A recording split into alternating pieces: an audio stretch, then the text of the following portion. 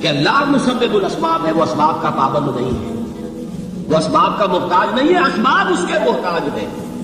اگر یہ یقین ہے تو اللہ پر ایمان ہے، یہ نہیں ہے تو تمہارا ایمان اسباب پر ہے، وسائل پر ہے، ذرائع پر ہے، مادیات پر ہے، اللہ پر نہیں۔ اس وقت کہاں راستہ تھا؟ کوئی راستہ تھا؟ سمندر ہے اور ادھر سے لشکر آ گیا ہے۔ کلا ان معی ربی سیہدین۔ اب دیکھیے ایمان کہہ دینا آسان ہے، ہوا معکم اینما کنتم، جہاں کہیں بھی تم ہوتے ہو اللہ تمہارے ساتھ ہوتا ہے، لیکن اس کا یقین قائم ہو جائے تو زمین و آسمان کا فرق واقع ہو جائے۔ یہی بات ہوئی حضور کے ساتھ۔ غار ہے، چھپے ہوئے ہیں محمد رسول اللہ اور آپ کے وہ یار غار ابو بکر صدیق رضی اللہ تعالی عنہ۔ اقبال نے حضرت ابو بکر کی شان میں چند اشعار ہیں صرف، لیکن واقعہ یہ ہے کہ بھاری بھاری نظموں پر اور قصیدوں پر بھاری، طویل ترین نظمیں اور قصیدے ہیں ان پر بھاری۔ ہمتیں ابو بکر کی ہمت جو ہے، کشت ملت را جو اب جیسے بارش سے کھیتی اپجتی ہے، ابو بکر کی ہمت اور عزیمت اس امت کو اسی طرح سینچنے والی ہے۔ ثانیے اسلام و غار و بدر و قبر، وہ دوسرے تھے، اسلام میں دوسرے۔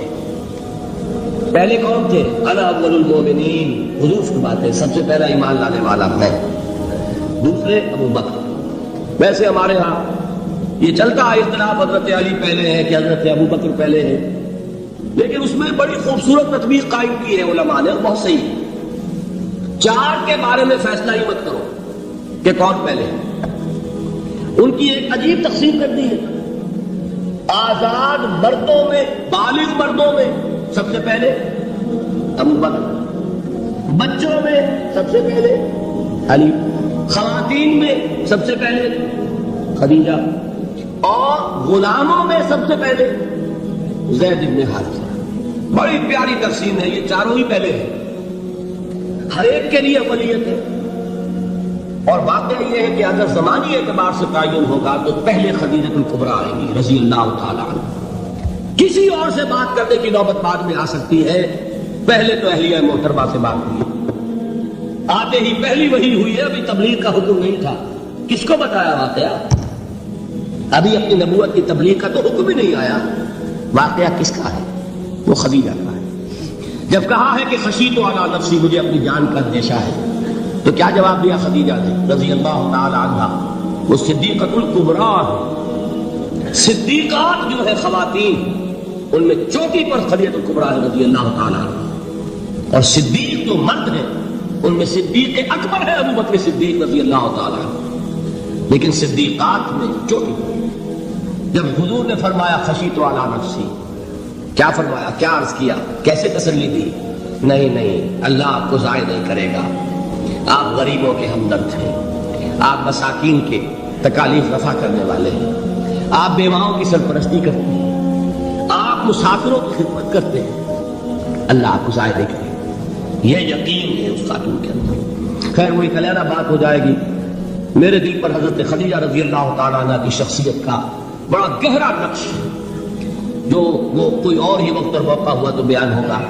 بہرحال اقبال نے ایک مصرے میں جو چار اولیتیں جمع کر دی ہیں، ہمتیں کشت امت را جو ابر، ثانی اسلام و غار و بدر و قبر۔ اسلام میں حضور کے بعد پہلے کون؟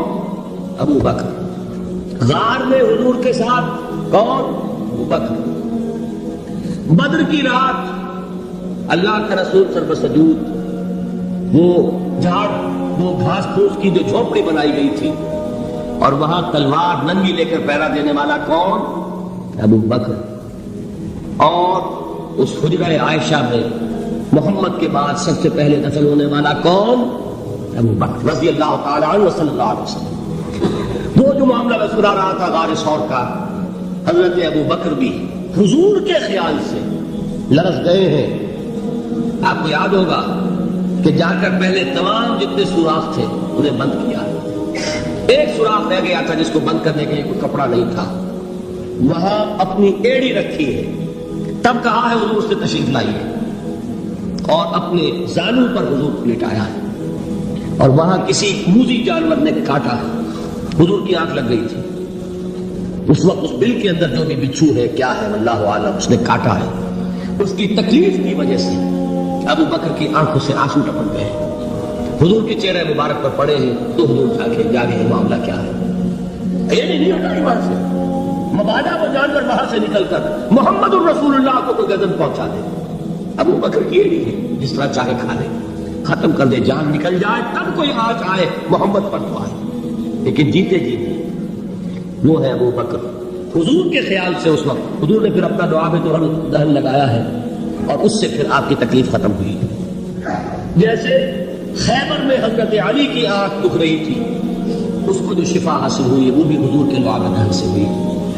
تو بہرحال اس وقت انہوں نے کہا ہے کہ اے نبی یا رسول اللہ، اگر اس وقت ان میں سے کسی نے غیر ارادی طور پر بھی اپنے قدموں کی طرف جھانک دیا تو پکڑے جائیں۔ کیا جواب تھا اللہ کے رسول کا؟ لا تحزن ان اللہ معنا، اللہ ہمارے ساتھ سے کیوں گھبراتے ہو ابو بکر؟ یہ ہے ایمان باللہ، میرا مالک اللہ، میرا رازق اللہ، میرا محافظ اللہ، میرا مددگار اللہ، میرا پشت پناہ اللہ، میرا دوست اللہ۔ یہ دوستی ہے اللہ کی جو لب لباب ہے، حاصل ہے ایمان کا، اسی کا نام ولایت ہے، اور یہ اللہ کے سروں پر سیم نہیں ہوتے۔ جس کے دل میں ایمان راسخ ہو چکا ہو وہی اللہ کا ولی ہے، جسے اللہ پر یقین ہو چکا ہے وہی اللہ کا ولی ہے، جسے یقین ہے اللہ میرے ساتھ ہے، میرا مددگار، میرا پشت پناہ، میرا ساتھی، میرا دوست، میرا محبوب، میرا محب۔ اللہ اہل ایمان سے محبت کرتا ہے، واللہ یحب الصادقین، ان اللہ یحب الذین یقاتلون فی سبیلہ صفا کانہم بنیان مرصوص۔ اللہ محبت کرنے والا، اہل ایمان محبوب، اور اہل ایمان محبت کرنے والے اللہ محبوب۔ والذین آمنوا اشد حبا للہ۔ آپ تصور کیجئے جس سے یہ رشتہ ایمان یا رشتہ ولایت حاصل ہو جائے، الا ان اولیاء اللہ لا خوف علیہم ولا هم یحزنون، آگاہ ہو جاؤ اللہ کے دوستوں کے لیے نہ کوئی خوف ہے نہ کوئی حزن ہے۔ اور میں بیان کر چکا تھا خوف اور حزن کے خاتمے ہی کا نام امن، زوال خوف، زوال حزن۔ یہ خوف اور حزن کیوں آتے ہیں بار بار؟ اللہ تخافوا ولا تحزنوا، دونوں آ گئے، الا ان اولیاء اللہ لا خوف علیہم ولا هم یحزنون، پھر وہی دو۔ وہ کیوں ہے؟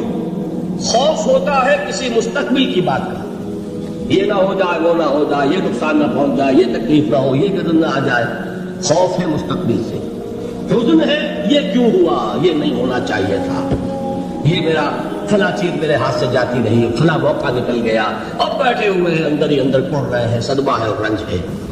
اور جو اللہ پر ایمان رکھتا ہے وہ جانتا ہے ما اصاب من مصیبت فی الارض ولا فی انفسکم الا فی کتاب من قبل ان نبرأها ان ذلک علی اللہ یسیر لکی لا تعصوا علی ما فاتکم ولا تفرحوا بما آتاکم واللہ لا یحب کل مختال فخور۔ اس زمین میں یا تمہاری جانوں میں کوئی تکلیف، کوئی مصیبت نہیں آ سکتی سوائے اس کے کہ جو اللہ نے لکھ دی ہو اس سے پہلے کہ وہ ظاہر ہو۔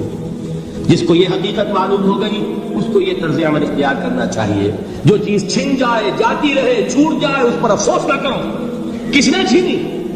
دوست نے، دوست کے فیصلے پر شکایت، دوستی کو بٹا لگا رہے ہو، سرے تسلیم خم ہے جو مزاج یار میں آئے۔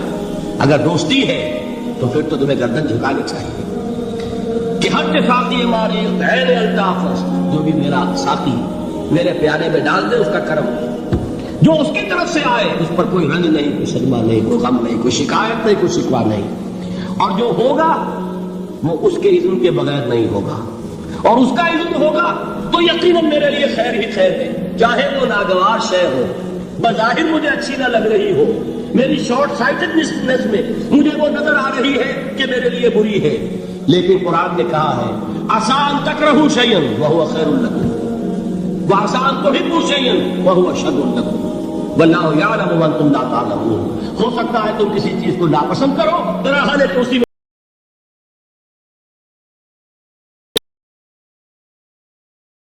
جانتا ہے تم نہیں جانتے. جب مجھے یہ بات معلوم ہو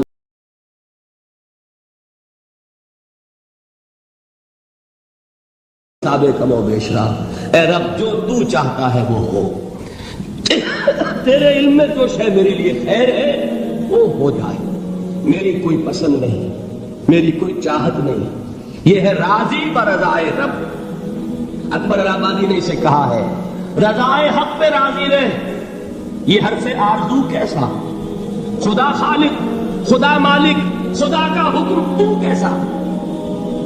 جب میں آ گیا بیچ میں میری پسند، میری مرضی، میری خواہش، میری چاہت، یہی تو شرک ہے. ما شاء اللہ کان وما لم یشاء لم یکن. جو اللہ نے چاہا وہ ہوا، جو اس نے نہیں چاہا نہیں ہوا. اختیار اس کا ہے، میرا تو نہیں. رضائے حق پہ راضی رہ، یہ حرف آرزو کیسا، خدا خالق، خدا مالک، خدا کا حکم تو کیسا. اقبال نے اسے کہا ہے فارسی میں. اب آپ کہیں اس کا ترجمہ بھی کرو تو وہ مجھے ذرا اس وقت کچھ بہت ہی بدذوقی کسی بات نظر آئے گی. جائیے پوچھئے کسی سے جسے فارسی آتی ہو. برو کشید پہ جا کے ہست بود مرا، چو کہا کے مقام رضا کشور مرا. مجھے تو تمام پیچ و خم سے نکال دیا اس مقام رضا نے. میں راضی برضائے رب ہوں، جو فیصلہ اس کا میں اس پر راضی. تو کہاں کا حزن اور کس کا خوف. یہی زوال حزن و زوال خوف، یہی ہے امن، یہ نتیجہ ہے ایمان کا. تو جان لیجئے یہ ہے لب لباب، یہ ہے حاصل ایمان کا. یہ ہے تو ایمان ہے، یہ نہیں ہے تو ایمان نہیں.